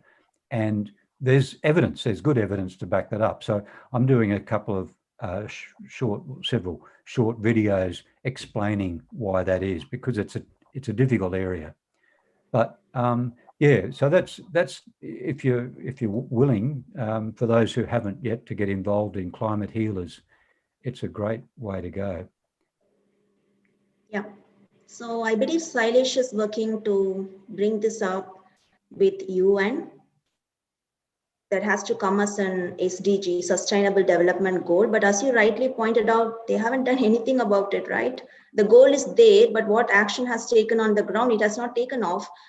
We are going with presentations and all that, but there seems to be no action because the multi-billionaire industry is holding all these animal farms. And how are we NGOs going to fight against that Goliath, the killing machine that Sailesh keeps highlighting about? And what are we going to do about it in Australia? Because Australia is one of the major exporters of meat. And if you're going to say them, okay, stop animal farming, then obviously the policymakers would go and ask, okay, can you give us some other alternatives of how we are going to make money? Because meat is bringing them huge money. So these are some of the issues that we should tackle. And I think we have to show solidarity by coming together rather than working in separate groups. You know, we have climate healers, we have vegans, we have vegetarians, and all these things that you presented is well known for us because 2000 years ago, the saints have kept insisting that the environment is not apart from you, it's part of you. If you destroy the environment, you are eventually going to be extinct. So, and that's why we have always focused the tradition of, if you might be already aware that vegetarianism originated from Tamil Nadu. And vegetarianism, way of life, as the previous speaker pointed out, compassion is the way of life. And we eat very less because we know that if we are going to exploit the environment, then we are going to lose that biodiversity, and eventually the humans will be extinct because we are all connected. Well so how said. are we going to bring about the policy change? What are we going to do? I think locally within Australia, what are we going to do? So these are some of the things we can think about. If you have any action plans and if you would like to involve our group, we are very welcome to be part of all those discussions, and we can contribute in any way you would like. Okay. I don't know of any. I mean, there's a small group of us who've been, if you like, vocal on, um, comments, letters to editor, that sort of thing. But I really think that I've met a lot of farmers in my days, and farmers are not ogres. They're our heroes, really. They feed us. But farmers will produce what we eat. It's the industry organisations that are fighting the most. It's Meat and Livestock Australia and those ones, and we do battle with them. Um, there's a guy in Melbourne, Paul Marnie, who has a website devoted to bashing MLA and challenging all their arguments. I mean, this thing that they've got at the moment of carbon neutral beef is just ridiculous. It's just impossible. But they believe it. But the thing is that the farmers themselves, they won't keep producing beef if there's no market. So I think the ethos is that if we can change the hearts and minds of the general public, and I think this documentary there's been a lot of documentaries, but it's all about that. If we can change the general public's view, even against that barrage of advertising, then there will be and there's going to be a global mind shift. The rise of veganism in Australia is just as strong, if not stronger, than most countries. So the trend is there, and it's inevitable in my view. But yeah, we've each of us has got to keep working at it. I don't know about groups in Australia though. That's a good idea. And there are so many groups who have this same feeling, but don't get together very often. I wonder how we might do that. We can act as a moderator, Gerard, if you wish. There is Animal Australia Political Party, there is SAUS, there is Vegan Australia, there is animal activists who are working on a different, not just vegan diet, but they're trying to protect the animals from slaughterhouses. We all have common objectives, we all have shared objectives, and that is grounded on compassion. So if we all get together and raise our voice, then we can show the solidarity and say that, hey guys, this is what we want. Look at the heat wave for the past 2 days. Everybody has to suffer, right? This is a shared environment, but there are just few people, and especially the policymakers. As you rightly said, we have to tax, we have to give them the carbon tax so that we discourage the consumers from buying. We should also target the consumers as well as the policymakers and all the people from the different walks of life, so that something inevitable, some global change would come about. And we should also focus on coming together, rather than working in different small groups. We should all come together. And as you rightly said, veganism is a rising trend, surprisingly. I think it's in the second position, followed by UK. Yes, I think it's a mega trend that will not stop, but it's up to us to fan the flames, to keep the momentum going. I have actually spoken to a number of people in the Animal Justice Party, and we're setting up a meeting with a Labor Party member shortly. So I think those sort of things are very useful. But I think any of us who knows anyone in power, but I think when Obama was in, everyone had great hopes for what he'd do, change the world. But Obama said to the activists, he said, "Make me do it." In other words, he can't do it without public support.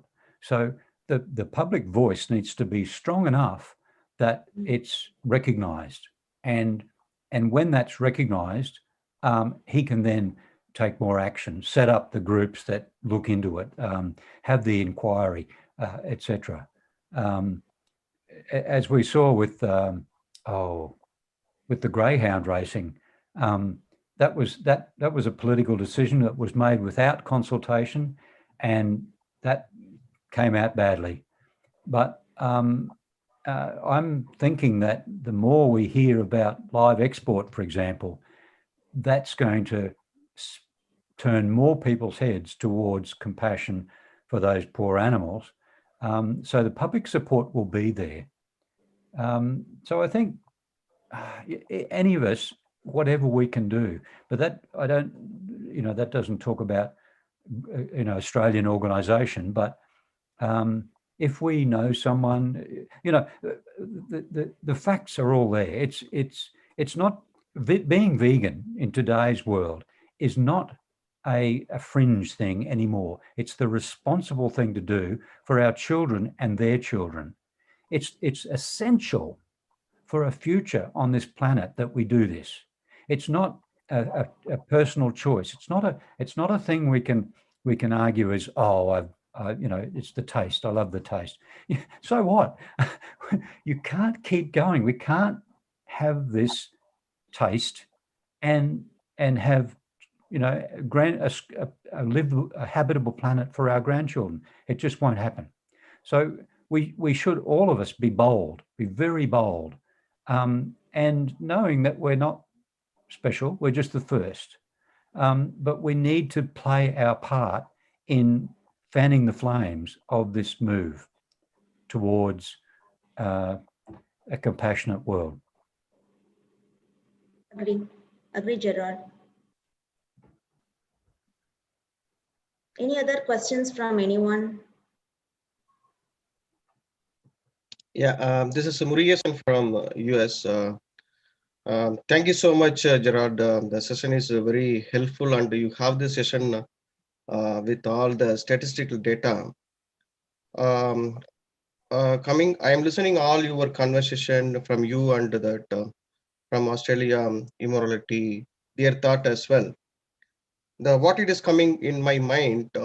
So we all are working in the different organization like that, but the goal is the same.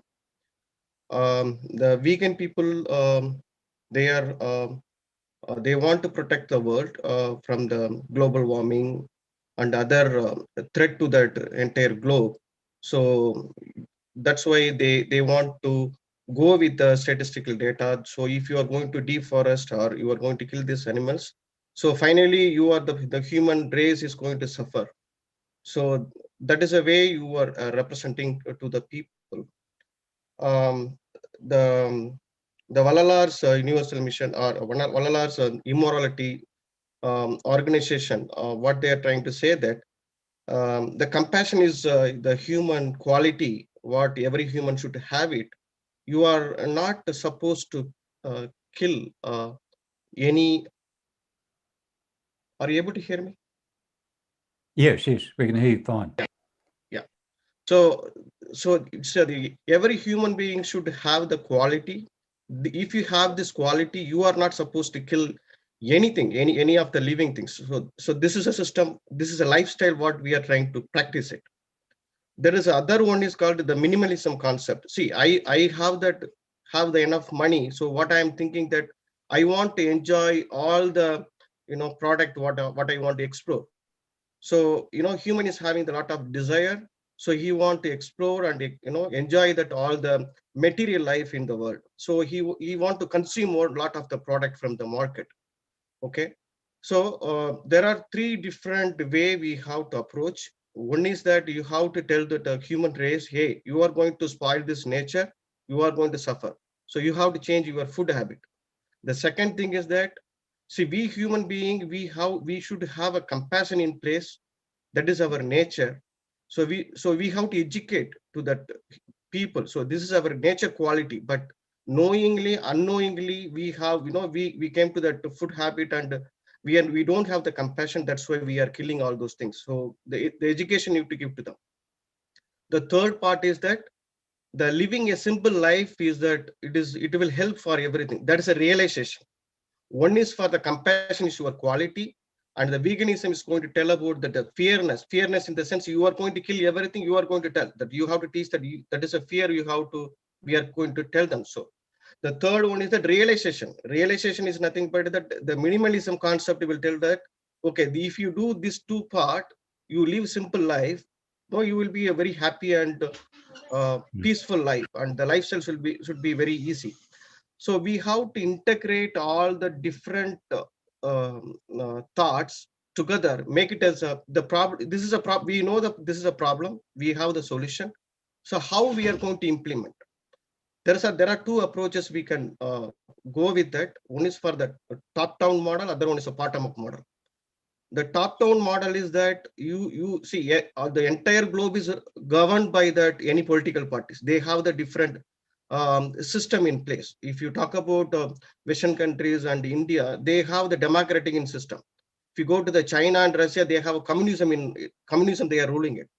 And if you go with the Middle East and the kingdom, they are ruling it. Okay, so we cannot go and propose in the same method to everyone. So, and also every human being, they are following the different religion also. They have the religious faith. Some religious teaching that, okay, so all the things are created for me. So I am the supreme power. I can consume everything, whatever I want. That is actually, it is a myth. It is not the case. It is not everything for you. We are part of the nature. So that for that, in this case, if you break through all the religious things, the compassion model will help them. Okay, we have to teach them the compassion is that main thing every human being should follow it, not for the religious concept or rituals and other things. So we have to educate to the human race. One for that, you go with all the students, means student in the sense the school going kids.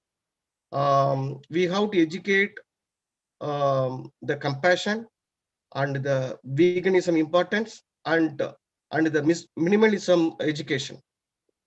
All the three concept, make it as a syllabus. We have to educate in the beautiful way how the kids are learning nowadays in the videos or whatever it is.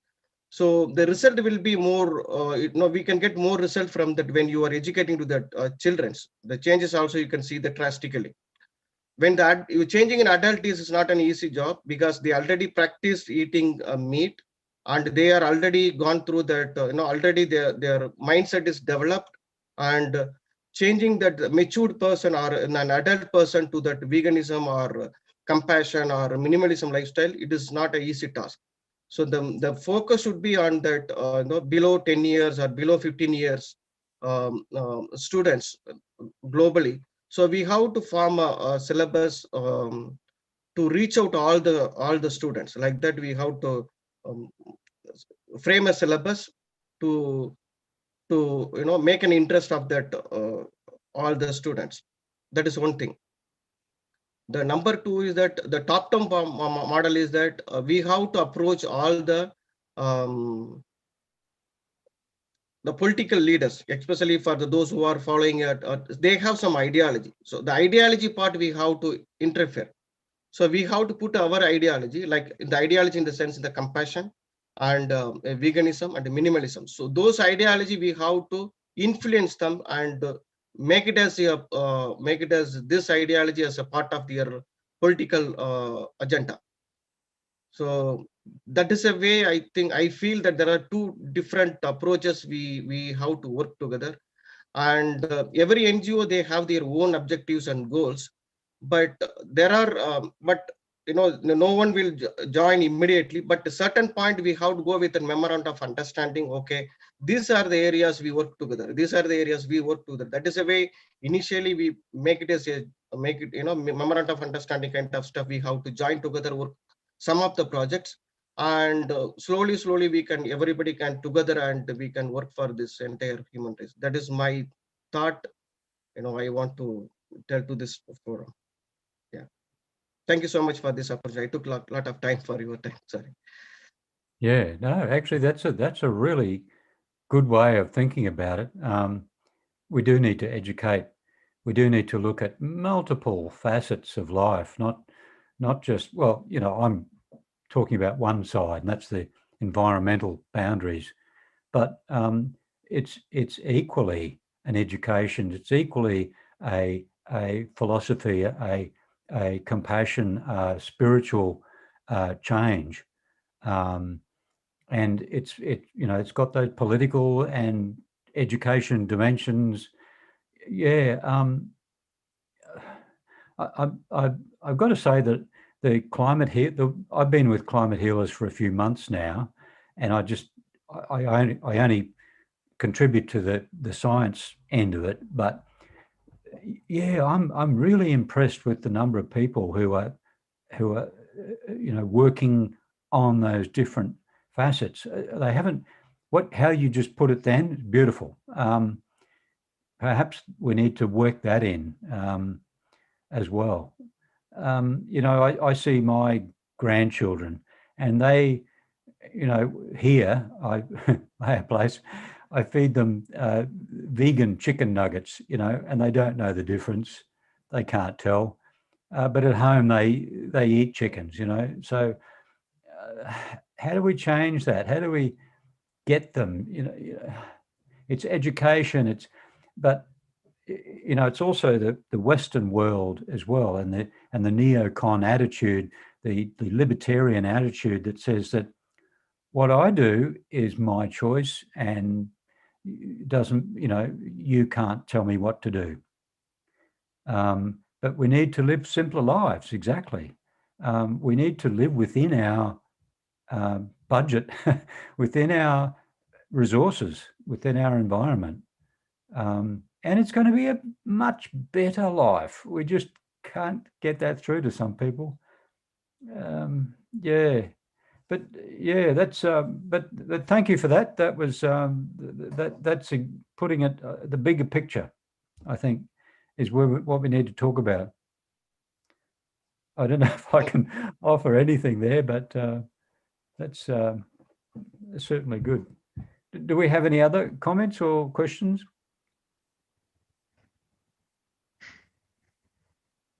Yeah, Gerald, I'm Murux. I'm part of the Society for Immortality Research in Australia.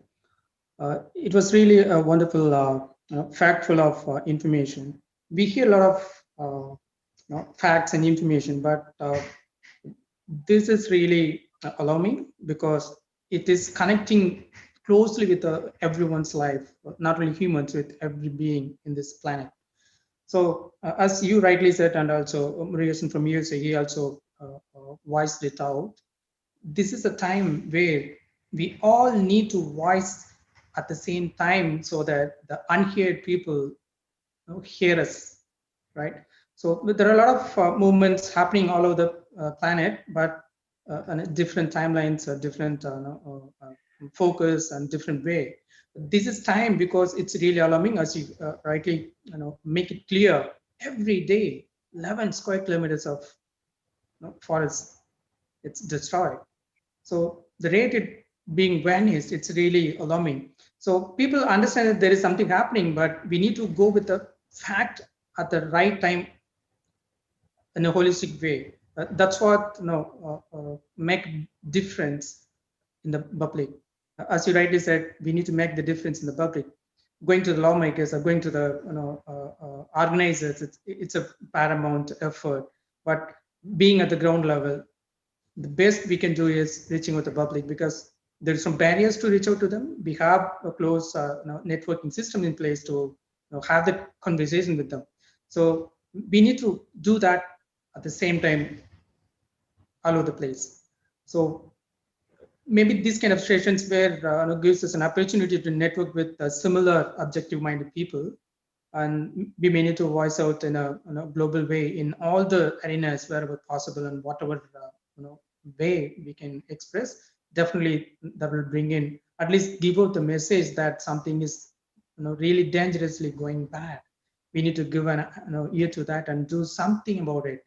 Right? We have the responsibility to live in this planet. We can't simply consume. We need to do something so that we can extend our life in this planet as well. So as you rightly said, it's not only about our life, it's also about the future generation, right? It's our a duty to do ensure that the planet is in a position to give life to the upcoming generation as well. So it's really a good opportunity for us to get to know you, and as well as what you do and how you network with other groups and people. Definitely, we can join hands in all the people who are in the same field and with same objectives. I personally, or we personally feel that the time has come to unite the like-minded people in this good cause all over the planet, and definitely we can do that part. And as Sailesh Rao put us in a very solid vision and mission statements 2026, right? Yeah. That's really going to happen because we could see in our own eyes that things are happening at the same time in all the place. But only thing is we need to connect, we need to collaborate, we need to network so that the voice is heard loudly to the people at the top, so we can bring in the change as soon as possible. So definitely we can work together, Gerald. Even we can have a joint discussion with Shailesh Rao, and whatever activities, events they're doing at USA, we can simulate the same thing in Australia so that we can bring in that awareness. That is very important. Uh, as a human, as a public voice in Australia, they are so compassionate. Only thing is that awareness that we are unknowingly doing something dangerously wrong. We need to give that awareness. If you're able to do that, that would be great. Especially as Maurice and I have said, we need to make that awareness with the kids because the kids have the power and the spirit to bring in the change in any adult. They have the power and spirit. Definitely kids can do that change. Maybe we'll play that small part of making that awareness with the kids community. That would be great. So thank you very much for your time with us today. It's really a great journey for us to look forward to work in this field as well. Yes, thank you. Great thoughts. Thank you very much. I'm going to follow up one or two of those things actually with climate healers. We need an umbrella organisation to put all this together. Yeah. Maybe that will be climate healers. I don't know. Yeah, yeah. It's a matter of just joining hands. We may not be needing any organization or attack or whatsoever. It's the intention that sign up to get connected, right? The universe will take care of connecting us if you have that right intention, right? It's a genuine intention for a well-being of all the beings. Yeah. Yes. No, good one. Thank you. Thank you, Gerard. Thank you, Jerry. Maybe we can hear from any other participants if they have any other points or comments or suggestions.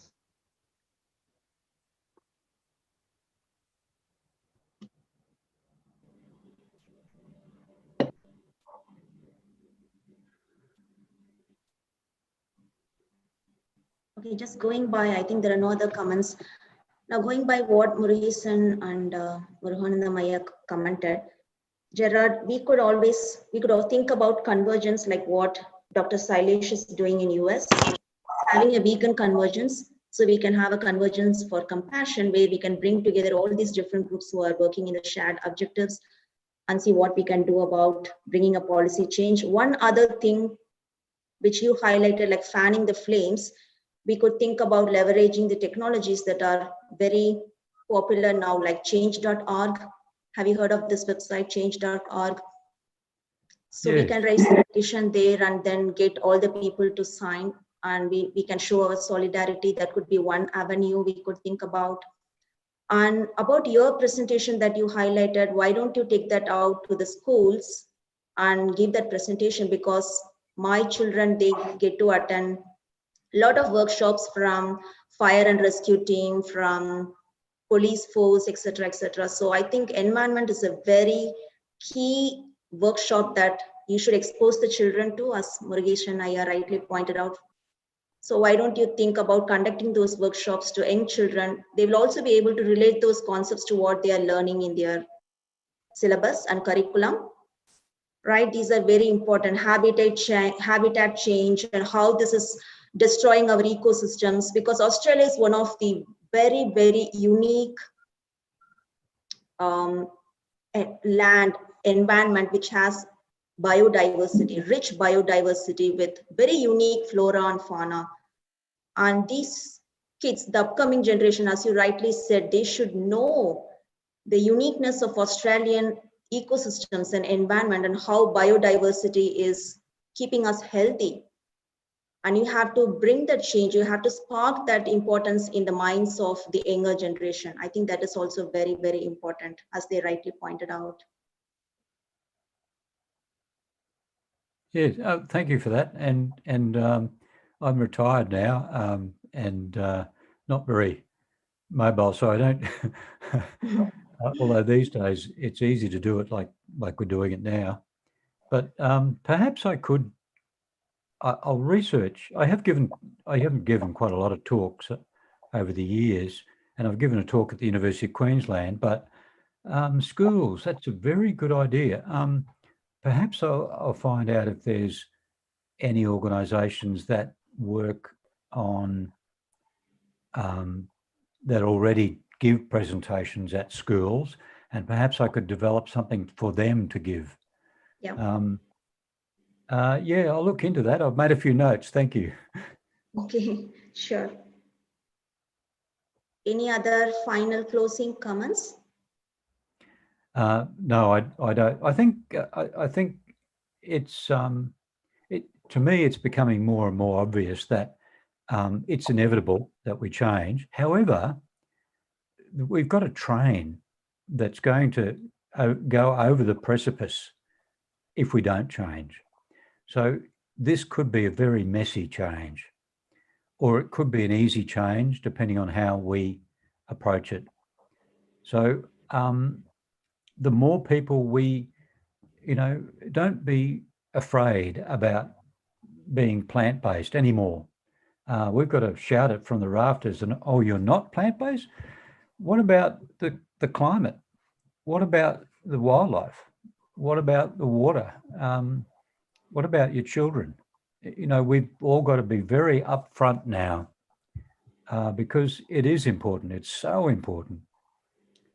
And I will share this. I wasn't able to share the presentation in that chat. I'm sorry. It's pretty big. It's about 20 megabytes. But I'll hopefully, I'll email it to you, Priya, and then perhaps you can send it to others. Yeah, sure, Gerard, we'll do that. Thank you so much. Yes, thank you. Thank you for inviting me. It's been a great pleasure. Thank you. Thank you all. Yeah, we are closing the session now. Thank you.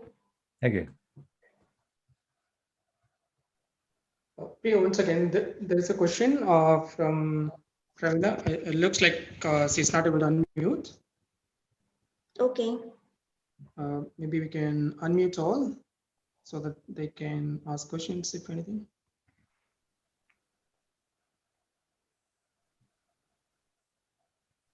Hello? Yeah, could you please try unmuting, Pramila? No. So I have a quick question, Mr. Gerard. Can you hear me? Yes, yeah, I can hear you. Just being a vegetarian, like my husband was once admitted to hospital and the doctor said that's because he's a vegetarian, the vitamin B12 or something is not absorbing because of iron. Some technically they explained.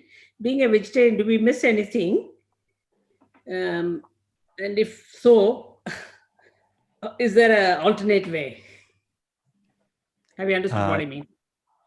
Yeah, look, I'm no nutritionist, but there are vegan nutritionists out there. I think B12 is the one thing that most of them recommend. But if you eat your veggies with the skin on, you're likely to get a bit of dirt in there too, and that's where B12 comes from, the dirt that our veggies grow in.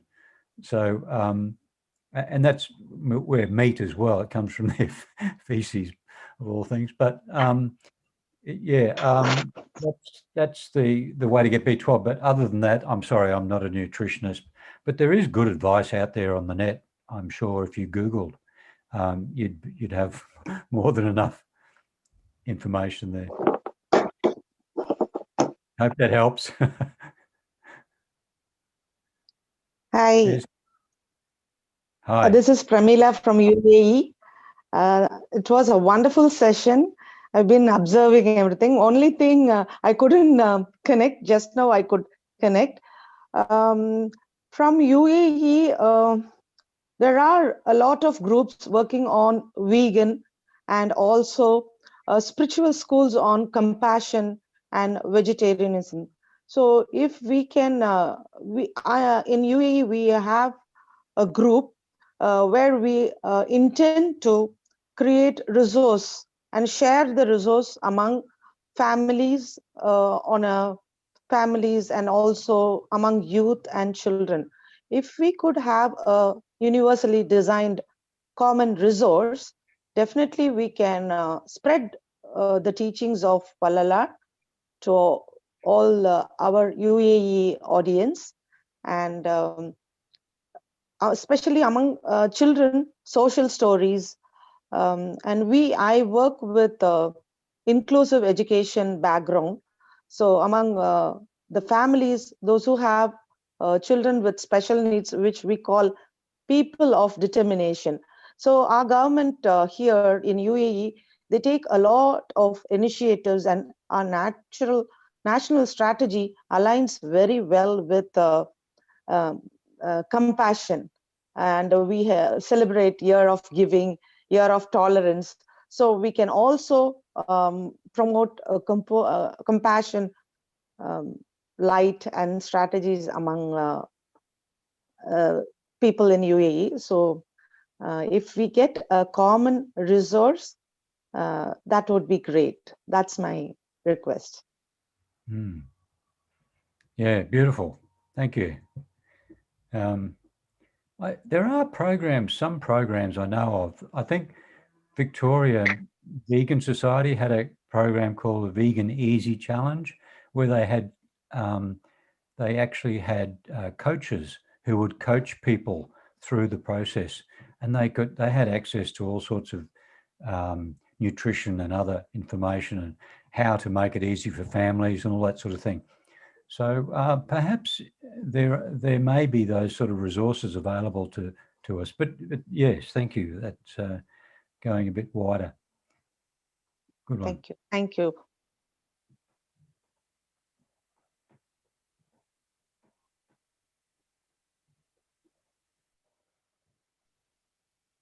Any other questions, comments?